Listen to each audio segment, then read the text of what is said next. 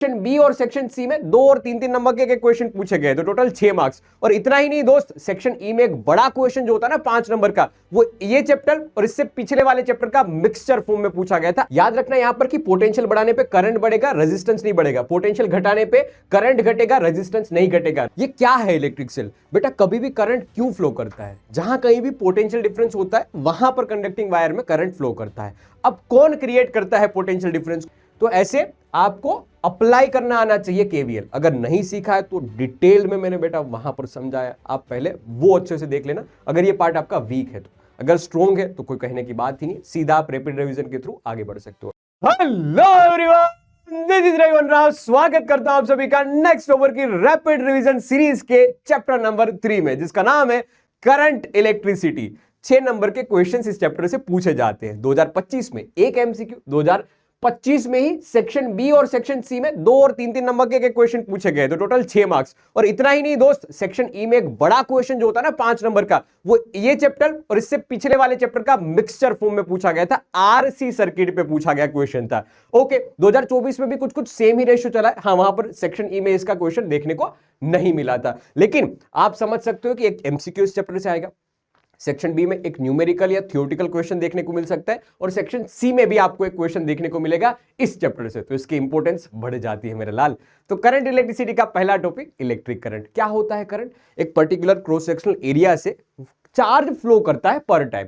तो delta q by delta t को हमने एवरेज करंट का नाम दिया, और d q by d t आप इंस्टेंटेनियस करंट बोल सकते हो। डी क्यू एक साइड ले जाते हैं तो आई डॉट डी टी का इंटीग्रेशन करने के बाद हमें चार्ज फ्लो मिल जाता है। इसी हिसाब से हम बोल सकते हैं कि अगर आई वर्सेस टी का ग्राफ ड्रॉ करते तो इसका एरिया हमें चार्ज की वैल्यू दे देगा। हाँ, भले ही हम करंट की डायरेक्शन के बारे में बोलते हैं, लेकिन करंट डायरेक्शन मायने नहीं रखती है। क्यों? क्योंकि वेक्टर्स रूल का फॉलो नहीं करते हैं, इस वजह से ये स्केलर फिजिकल क्वांटिटी है। हाँ, इसको वेक्टर तरीके से डिफाइन करने के लिए हमने एक और क्वांटिटी बताई है जिसका नाम है current density, nothing but current divide by area. Area vector quantity होती है, तो कभी भी उसका कंपोनेंट लेने की जरूरत पड़ेगी तो हम क्या बोलेंगे? कंपोनेंट लेंगे किसका? एरिया का, नोट आई का। ठीक है, याद रखना। थोड़ा और डिटेल में स्टडी करने के लिए हमने ड्रिफ्ट वेलोसिटी एक टर्म डिफाइन किया। क्या होती है ड्रिफ्ट वेलोसिटी? समझना, कंडक्टर किससे बना हुआ है? ठीक है सर, कंडक्टर के अंदर है क्या? इलेक्ट्रॉन्स, ढेर सारे फ्री इलेक्ट्रॉन्स। हमारे काम की बात यह है, ठीक है, कंडक्टर के अंदर ढेर सारे फ्री इलेक्ट्रॉन्स होते हैं। क्या करते हैं इलेक्ट्रॉन? ये थर्मल एनर्जी की वजह से 1,00,000 मीटर पर सेकंड से ढंग ढंग ढंग ढंग ढंग ऐसे ब्राउनियन मोशन, रैंडम मोशन करते रहते हैं। हाँ, किसी तरह से हम इस रैंडम मोशन को कंट्रोल कर सकते हैं। हाँ, अगर आसपास का टेम्परेचर 0 केल्विन कर दो तो सारे इलेक्ट्रॉन फ्रीज हो जाएंगे, मोशन ही करना बंद कर देंगे। नहीं नहीं, हमें तो मोशन करवाना है, लेकिन हमें उनको एक डायरेक्शन में करना है।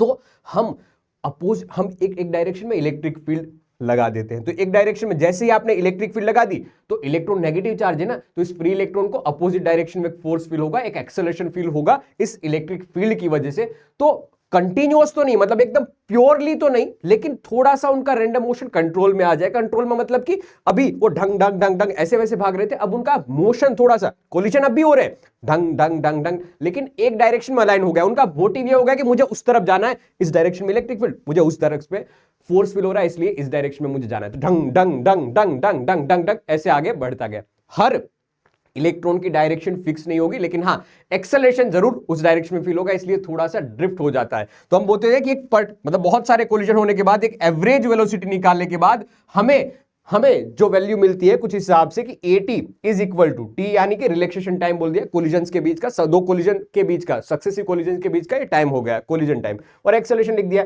अब इसी को नाम दे दिया, इसी एवरेज वेलोसिटी को नाम दे दिया ड्रिफ्ट वेलोसिटी। इन और करंट के बीच का रिश्ता ऐसा लिखा जाता है I is equal to NEAVD, जिस पर क्वेश्चन बहुत खासे पूछे जाते हैं, और ये CBC में अवार-नवार डेरिवेशन के फॉर्म में पूछा जाता है। याद रखना, डेरिवेशन अगर पूरा देखना है तो आपको वन शॉट इसी चैनल, मतलब इसी वीडियो के लिंक पे मिल जाएगा, वहां से आप पूरा वीडियो देख सकते हो, वन शॉट देख सकते हो, वहां पर प्योरली सारे डेरिवेशंस करवा रखे हैं और सारे कंसेप्ट क्लियर किए गए। ठीक है, आगे बढ़ते हैं। मोबिलिटी करके एक छोटा सा टर्म है, क्या है ये? Drift velocity divide by electric field, इसी को मोबिलिटी कहा जाता है, नथिंग बट जितनी अच्छी मोबिलिटी उतना अच्छा करंट फ्लो कर पाएगा। आगे बढ़ते हैं, समझते हैं क्वेश्चन जो 2025 में पूछा गया था। इन्होंने पूछा था कि when electron drift in conductor from lower to higher potential, मतलब इलेक्ट्रिक फील्ड, लोअर मतलब नेगेटिव चार्ज समझ लीजिए थोड़ी देर के लिए, और हायर मतलब ये पॉजिटिव टर्मिनल समझ लीजिए थोड़ी देर के लिए। तो ये रहा पॉजिटिव से नेगेटिव की ओर electric field. Okay, potential, does it mean that all the free electrons of this conductor are moving in the same direction? क्या ऐसा जरूरी है कि हर एक इलेक्ट्रॉन है वो सेम ही डायरेक्शन में फ्लो करेगा? अगर इलेक्ट्रिक फील्ड अप्लाई कर दी तो क्या होगा? देखो, ड्रिफ्ट जरूर होगा, लेकिन जरूरी नहीं है, क्योंकि ड्रिफ्ट की वजह से ज्यादा स्पीड कितनी आएगी? हजार, ज्यादा से ज्यादा हजार, 10,000, वो 1,00,000 से 1,00,000 मीटर पर सेकेंड से थर्मल स्पीड से ढंग ढंग ढंग ढंग मोशन कर रहा है। तो हर एक का मोशन सेम डायरेक्शन में हो जाएगा ऐसा नहीं है, लेकिन ओवरऑल स्पीड है वो ड्रिफ्ट की डायरेक्शन में हो जाएगी, इस मोशन की डायरेक्शन इलेक्ट्रिक फील्ड के अपोजिट डायरेक्शन में अलाइन हो जाएगी। तो इसको अच्छे से डिस्क्राइब वहां पर भी किया गया, यहां पर आप ऊपर मतलब ये समझ सकते हो यहां पर। ठीक है, ठीक है, आगे बढ़े, लीजिए ओहम्स लॉ। बहुत जाना पहचाना सा टॉपिक है कि एक सूटेबल कंडीशन, टेम्परेचर सेम रखो, प्रेशर सेम रखो, तब हमें पोटेंशियल है सर्किट के अंदर अप्लाइड पोटेंशियल के अनुसार हमें करंट बढ़ता हुआ प्रतीत होता है। ठीक है, अब कांस्टेंट लिखने के लिए हमने एक कांस्टेंट लिखा आर के फॉर्म में, तो V is equal to IR formula मिला, ये आपको पता है पहले से। आर की वैल्यू यहां पर होती ml divide by NE square टाव into A, टाव relaxation time है, m इलेक्ट्रॉन का मास लिखा गया, L उस कंडक्टर की लेंथ है, N number of free electron से यहां पर वॉल्यूम, और E स्क्वायर इलेक्ट्रॉन का चार्ज, टाउ रिलेक्शन टाइम बता दिया, एरिया क्रॉस सेक्शनल ए लिखा गया है। अब याद रखना यहां पर कि पोटेंशियल बढ़ाने पे करंट बढ़ेगा, रेजिस्टेंस नहीं बढ़ेगा, पोटेंशियल घटाने पे करंट घटेगा, रेजिस्टेंस नहीं घटेगा। रेजिस्टेंस फिक्स्ड वैल्यू है जिसकी वैल्यू ऐसे लिखी जा सकती है। अब ये जो कॉम्प्लिकेटेड पार्ट था ना, NE स्क्वायर टाउ, इसको लिख दिया हमने सिंपल रो से, सिंपल फॉर्म से रो, तो ये बन जाएगा रेजिस्टेंस का form rho L divide by A. Rho को बोलेंगे रेजिस्टिविटी, क्या रेजिस्टिविटी, 1 रो को कंडक्टिविटी बोलते हैं, तो conductivity sigma is equal to 1 rho हो जाएगा। इसी का यूज करके एक वेक्टर फॉर्म बनता है जो CBSE 2025 में पूछा गया था, प्रॉपरली डेरिवेशन इसका करवाया गया वन शॉट में। अभी तो आप सीखो समझो कि J current density is equal to होगा सिग्मा इंटू ए, और electric field is equal to rho dot J, current density के फॉर्म में लिखा है। ये वेक्टर फॉर्म आपकी स्कूल में भी करवाए गए होंगे, मैंने डिटेल में ये डेरिवेशन वहां पर करवाया, आप वन शॉट प्रेफर कर सकते हो। अब आपको लग रहा है कि बहुत सस्ता सा टॉपिक है ये ओहम्स लॉ, लेकिन इस पे बहुत क्वेश्चन पूछे गए CBSE 2024 में भी और 25 में भी। उन्होंने ये भी क्वेश्चन पूछा था कि कौन कौन से ग्राफ पे ये फॉलो नहीं करते हैं V is equal to IR को, क्योंकि V is equal to IR ऐसा कहता है कि भाई जैसे जैसे पोटेंशियल बढ़ाओगे वैसे वैसे करंट बढ़ेगा, लेकिन हर कोई डिवाइस ये फॉलो नहीं करता है, ये कुछ उनकी लिमिटेशन है। सेमीकंडक्टर उनको फॉलो नहीं करता है, जेनाडाइड उनको फॉलो नहीं करता है, ये गैलियम आर्सेनिक वाला ग्राफ है जो उसको फॉलो नहीं करता है। उल्टा यहां पर हमें नेगेटिव रेजिस्टेंस भी मिलता है, जिसके लिए CBSE 2024 में क्वेश्चन पूछा गया था। खोद के क्वेश्चन पूछ रहे हैं आजकल CBSE, तो तुम ऐसा मत समझो कि सिर्फ ऊपर से काम हो जाएगा, डिटेल में पढ़ना चाहिए। ओके, तो यहां से क्वेश्चन आ सकता है, दिमाग में रखना। फिर बात आती है टेम्परेचर बढ़ाने पे रेजिस्टेंस पे क्या इफेक्ट आएगा। तो कंडक्टर में रेजिस्टेंस कुछ इस हिसाब से वेरी होता है, रेजिस्टेंस बढ़ता है। फिर बात आती है सेमीकंडक्टर में रेजिस्टेंस घटता है, ये ग्राफ आप देख सकते हो। और कुछ ऐसे एलिमेंट है कि जिसमें टेम्परेचर बढ़ाने पे कुछ खास इफेक्ट नहीं होती है। देखो जैसे ये 200 केल्विन से आपने बढ़ा लिया 600 केल्विन, 400 केल्विन टेम्परेचर बढ़ा दिया, लेकिन फिर भी रेजिस्टेंस पे कितना चेंज आया सुनो ना, 1.0 1.1 से लेके 1.2 तक भी पूरा वेरी नहीं हो पाया। इसका मतलब कि बहुत कम डिपेंडेंसी रहती है टेम्परेचर पे इस निक्रोम, मैग्नीन और कंस्टेंट के। तो ये दिमाग में रखना, बहुत बहुत MCQ के लिए पॉपुलर है ये तीनों, तो पूछा जा सकता है MCQs में। आगे बढ़ते हैं, समझते हैं क्वेश्चन 2024 में पूछा गया क्वेश्चन है, find the temperature at the resistance of a wire made of a silver will be twice at a resistance 20 degree Celsius. मतलब सीधा सा पूछा गया है कि 20 डिग्री सेल्सियस पे अगर रेजिस्टेंस R0 है तो T टेम्परेचर कितना होना चाहिए तब रेजिस्टेंस 2 टाइम्स हो जाए, बस यही है। अल्फा होता है टेम्परेचर कोफिशिएंट, ठीक है, जिसकी वैल्यू यहां पर दे रखी है सिल्वर के लिए। ओके, सुनते जाओ क्या है बात। फॉर्मूला अप्लाई किया, R is equal to R0 1 plus alpha delta T.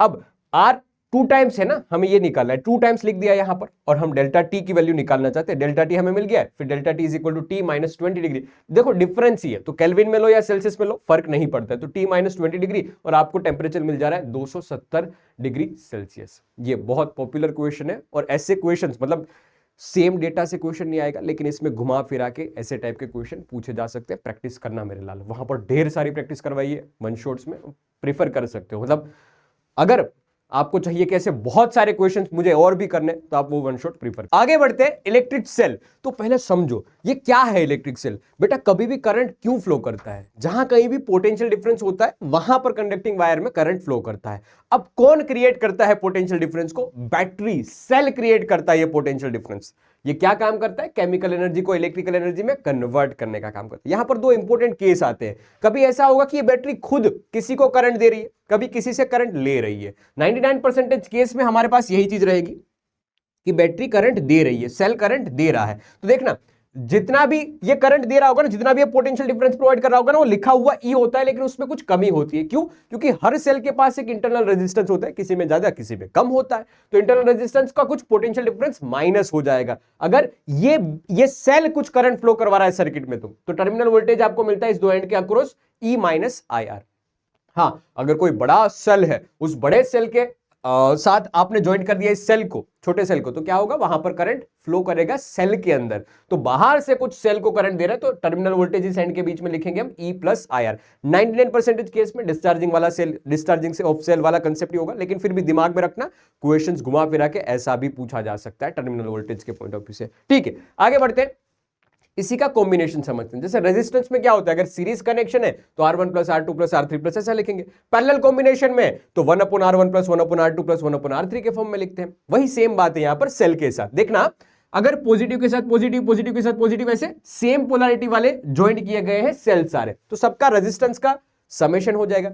EMF का भी समेशन हो जाएगा। अगर सेम पोलैरिटी में है तो, अपोजिट पोलैरिटी में है तो माइनस साइन के साथ ऐड हो जाता है। तो टर्मिनल वोल्टेज हो जाएगा E equivalence minus I R equivalence. ठीक है, आर इक्विवेलेंस कैसे निकाला, ई इक्विवेलेंस कैसे निकाला, आपको पता है सीरीज कनेक्शन की बात।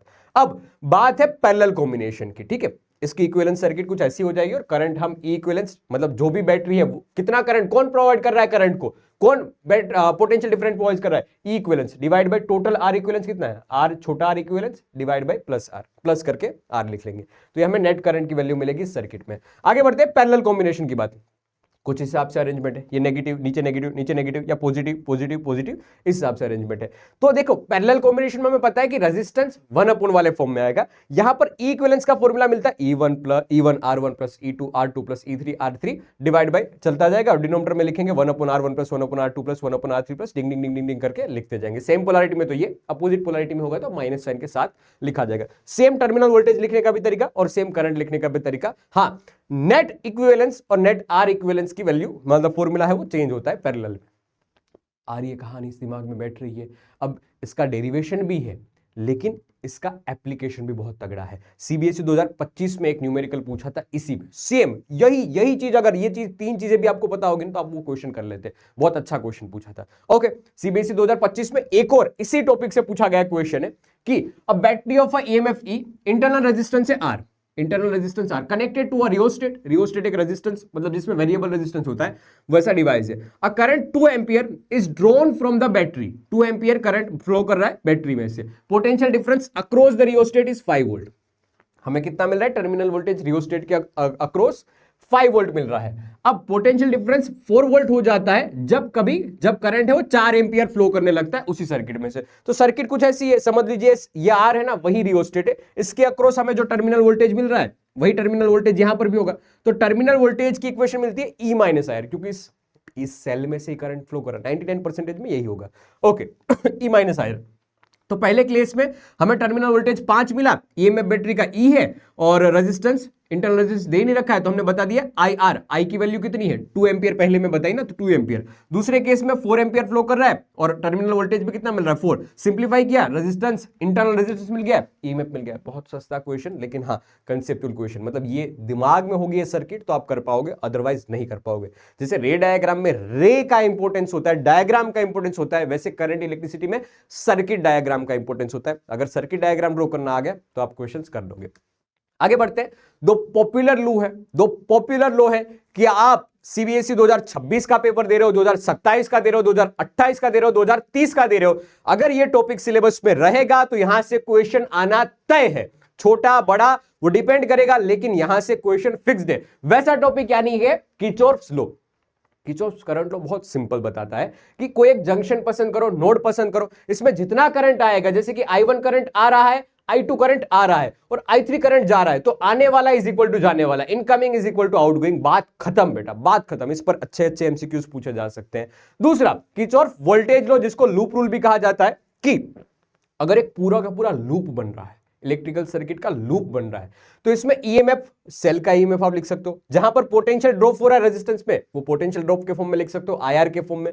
और नेट समेशन करोगे सब पोटेंशियल डिफरेंस का ईएमएफ का, तो आपको 0 मिलेगा, पूरे लूप के लिए आपको 0 मिलेगा। ये है Kirchhoff's voltage law. Energy of conservation पर बेस्ड है और ये कंजर्वेशन ऑफ चार्ज पर बेस्ड है। समझते हैं इस दूसरे वाले एप्लीकेशन को, क्योंकि वो बहुत बड़ा है, इसको समझना इतना आसान नहीं है। शब्दों में भी अलग बात है और शब्दों में जो बात सीखी उसको अप्लाई करना बहुत मुश्किल होता है। तो डिटेल में समझते हैं, उसके लिए पहले रूल्स की आवश्यकता है। क्या कहता है ये रूल्स? अगर आप बैटरी में पॉजिटिव से नेगेटिव की ओर जा रहे हो तो आप नेगेटिव दूसरे वाले की साइन लिखेंगे, -e लिखेंगे। हमें हमारा पाथ भी पसंद करना है, तो हमारा पाथ अगर बैटरी में ऐसे है पॉजिटिव नेगेटिव, तो दूसरे वाले की साइन के साथ ईएमएफ को लिखा जाएगा। अगर दूसरे वाले की साइन नेगेटिव है तो नेगेटिव वाले की साइन के साथ लिखा। सुनो, कंफ्यूज नहीं करता हूं, सीधे बात। अगर आप ऐसे चल रहे हो, ठीक है, दूसरे वाले की जो भी साइन आएगी वो लिख देंगे हम ईएमएफ के साथ, क्योंकि यहां पर प्लस और माइनस का भी महत्व है। ऐसा नहीं कि सीधा आपने अप्लाई कर दिया। अगर आप उल्टा चल रहे हो तो दूसरे वाले की जो भी साइन होगी वो लिखी जाएगी, किसमें? सेल में। अगर रेजिस्टेंस है तो रेजिस्टेंस और करंट की डायरेक्शन सेम, तो पोटेंशियल डिफरेंस -IR। अगर दोनों की डायरेक्शन अपोजिट तो +IR। अब इसी को अप्लाई करते देखना है मेरे साथ साथ। एप्लीकेशन एक बार समझ लोगे, इसके सारे क्वेश्चन हिला दोगे, सारे क्वेश्चन बेटा हिला दोगे। देखते जा मेरे साथ साथ, समझते जाना। देखो, हम शुरुआत करते हैं ए से। तो ए से चले बी की ओर। बी रास्ते में क्या आया? रास्ते में आया है करंट I फ्लो कर रहा है और 1 ओम का रेजिस्टेंस है, तो क्या लिखेंगे? V is equal to IR। तो 1 ओम इंटू करके करंट की वैल्यू I, दोनों की डायरेक्शन सेम। बोल बेटा स्वाहा, माइनस साइन के साथ। इस बार इस डायरेक्शन में आगे बढ़े बेटा, पहला प्लस दूसरा नेगेटिव, नेगेटिव के साइन के साथ हमने लिखा 4 वोल्ट। ओके, थोड़ा और आगे बढ़े, करंट इसी डायरेक्शन में फ्लो कर रहा है। रेजिस्टेंस और करंट, रेजिस्टेंस और हमारा पाथ, हम ऐसे क्लॉकवाइज चल रहे हैं, ये हमारा पाथ है। रेजिस्टेंस और हमारा पाथ सेम है, इस वजह से हम लिखेंगे माइनस साइन के साथ 2 इंटू I। अब थोड़ा नीचे आए, करंट अभी भी नीचे की डायरेक्शन में और ये 6 ओम है, तो -6I लिख लिया। इस तरफ C से D की ओर जा रहे हैं, करंट अभी भी इसी डायरेक्शन में, देखो ये करंट फ्लो करने वाली डायरेक्शन है, अभी भी इसी डायरेक्शन में, तो माइनस करके 3I लिख लेंगे। इस वापिस आए D से A की ओर, पहला नेगेटिव दूसरा पॉजिटिव, बड़ा डंडा मतलब पॉजिटिव, तो नेगेटिव से पॉजिटिव की और दूसरे डंडे की साइन लिखी जाएगी, तो प्लस करके 10 वोल्ट लिख लेंगे। जहां से शुरुआत की थी वहां पर वापस पहुंच गए, तो साथ साथ हम लिखेंगे इज इक्वल टू 0। बोल बेटा स्वाहा। समझ में आया क्या ये? तो ऐसे आपको अप्लाई करना आना चाहिए केवीएल। अगर नहीं सीखा है तो डिटेल में मैंने बेटा वहां पर समझाया, आप पहले वो अच्छे से देख लेना। अगर ये पार्ट आपका वीक है तो, अगर स्ट्रॉन्ग है तो कोई कहने की बात ही नहीं, सीधा आप रैपिड रिवीजन के थ्रू आगे बढ़ सकते हो, क्योंकि इस पर क्वेश्चन आना तय है, छोड़ के मत जाना। देखो, ये पूछा गया था सीबीएसई 2024 में, हमें बताना है कि हर एक ब्रांच में, जैसे कि एजी, बीएफ और सीडी ब्रांच में कितना करंट फ्लो करेगा। तो अब तक तो एक लूप की बात थी, यहां पर आपको करंट फ्लो करवाना है इस बैटरी में से, इस बैटरी में से, और करंट अच्छे से डिस्ट्रीब्यूट करना है और बाद में केवीएल अप्लाई करना है। तो यही मेथड होती है, अच्छे से पहले करंट डिस्ट्रीब्यूशन कीजिए, फिर लूप में केवीएल अप्लाई कीजिए। तो यहां पर 2 लूप बन रहे, एक AB EF वाला, ABFG वाला, और दूसरा BCDF वाला, BCDF वाला। तो ये पूरे लूप के लिए हमने केवीएल अप्लाई किया और ये रहा कुछ आंसर। देखो, मैं सोल्व करके लाया हूं आपके लिए, इसको एक बार अच्छे से देखो, क्या आपका भी सेम ही आ रहा है? क्योंकि इसमें मुझे पता है कंसेप्चुअल क्लियरिटी की जरूरत नहीं होगी। एक बार आपने साइन कन्वेंशन अच्छे से समझ लिया, काफी है, ये अच्छे से समझ लिया, काफी है। इसमें गलती कहां पर होती है? माइनस साइन और प्लस साइन में गलतियां होती है। तो एक बार हाथ रख के खुद से करो, क्या ये सही आ रहा है आपका? सही आ रहा है, गुड। नहीं आ रहा है तो देखो कहां पर आपने मिस्टेक की है। साइन कन्वेंशन की गलती यहां पर होगी अगर आप प्रैक्टिस अच्छे से नहीं करोगे तो बस यही है, वरना आपको पता है कि इसमें क्या कैसे डायरेक्शन लेनी है, सिंपल है। ठीक है, आगे बढ़ते हैं। व्हीटस्टोन ब्रिज की बात आती है, एक अजीब सी सर्किट मिलेगी जिसमें 4 भुजा होगी। 4 भुजा याद रखना, व्हीटस्टोन ब्रिज, 4 रेजिस्टेंस और 5वां रेजिस्टेंस कहीं बीच में से निकल रहा होगा या गैल्वेनोमीटर दे रखा होगा, तो ये व्हीटस्टोन ब्रिज का डायग्राम होगा। अगर बीच में जुड़ा हुआ गैल्वेनोमीटर में कोई भी करंट फ्लो नहीं कर रहा है तो हम लिखेंगे R1, ये इन दोनों का रेशियो इज इक्वल टू इन दोनों का रेशियो। तो यहां से मैं बहुत सारे क्वेश्चन सिंप्लीफाई करके सकते हो, जैसे कि अगर कोई R4 की वैल्यू नहीं दे रखी है तो ये कंडीशन के अनुसार हम R4 की वैल्यू निकाल सकते हैं, सिंपल रहेगा। तो याद रखना बेटा, अगर बीच वाले में से करंट फ्लो नहीं कर रहा है इसका मतलब कि ये कंडीशन सेटिस्फाई होगी, और अगर ये कंडीशन सेटिस्फाई होगी तो बीच वाले में से करंट फ्लो नहीं करेगा, उसको हम हटा भी सकते हैं। तो ऐसे क्वेश्चन बहुत फेमस होते हैं। ठीक है, नल पॉइंट डिफ्लेक्शन पे ये मेथड काम करता है, ये भी थोड़ा दिमाग में रखना है। कभी ऐसा हो क्वेश्चन में यह पूछ ले कि अगर गैल्वेनोमीटर को रिप्लेस कर दे बैटरी की जगह और बैटरी को रिप्लेस कर दे गैल्वेनोमीटर की जगह, तो कोई चेंज आएगा क्या? ये वैल्यू पूरी चेंज हो जाएगी? नहीं, तब भी रिजल्ट एज इट इज ही रहेगा, सेम ही रहेगा। गैल्वेनोमीटर में से कोई करंट फ्लो नहीं करेगा। ये कंडीशन, मतलब ये एक प्रैक्टिकल याद रखना, प्रैक्टिकल एनालिसिस, कोई फर्क नहीं पड़ेगा। हाँ, ऐसा नहीं हो सकता कि यही ब्रांच पे बैटरी जॉइंट है और यही ब्रांच पे गैल्वेनोमीटर जॉइंट है, ये व्हीटस्टोन ब्रिज नहीं कहलाएगा, ये बैलेंस व्हीटस्टोन ब्रिज नहीं कहलाएगा। ठीक है, ये चीज दिमाग में रखना कि बैटरी और गैल्वेनोमीटर दोनों एक ही टर्मिनल से जॉइंट नहीं होने चाहिए, दोनों सेम टर्मिनल से जॉइंट नहीं होने चाहिए। और लास्ट पार्ट होता है हीटिंग इफेक्ट और पावर की कहानी इसी चैप्टर में, कि कोई भी रेजिस्टेंस, वायर है तो उसके पास रेजिस्टेंस होगा, रेजिस्टेंस है, करंट फ्लो किया बेटा, उसको एनर्जी मिली, एनर्जी के साथ साथ उसने कोलिजन किया, उस कोलिजन की वजह से कहीं हीट लॉस होता है, तो हीट लॉस लिखा जाता है P डॉट dt। P की वैल्यू होती है V इंटू आई या I स्क्वायर R, तो I स्क्वायर R dt के फॉर्म में हम लिख सकते हैं हीट लॉस। और एक बात अच्छी सी यहां पर कि अगर सारे बल्ब या हीटर अगर सीरीज कनेक्शन में दे रखे हैं तो हम लिख सकते हैं equivalence power is equal to 1/P1 plus 1/P2 के फॉर्म में। और अगर पैरेलल में है तो 1/P, तो 1/4 वाला खेल नहीं, तो रेजिस्टेंस का उल्टा P1 प्लस P2 प्लस ऐसे करके। याद रखना पैरेलल कॉम्बिनेशन में क्या होता है कि एक बल्ब बीच में से गायब भी हो गया, खराब भी हो गया, ठीक है, फ्यूज भी हो गया, तब भी दूसरे बल्ब को कोई आपत्ति नहीं, तू जा तो जा, हम तो अपना काम करेंगे। ठीक है, तो पैरेलल में ऐसी दिक्कतें नहीं होती है, जबकि सीरीज में एक बल्ब अगर खराब हुआ तो आगे वाले को करंट पहुंचने ही नहीं देगा, रोक देगा ये करंट को, तो करंट फ्लो नहीं करेगा। इस वजह से सारे बल्ब है वो बेकार हो जाएंगे, बंद हो जाएंगे। ये सीरीज और पैरेलल की कुछ खास बात थी।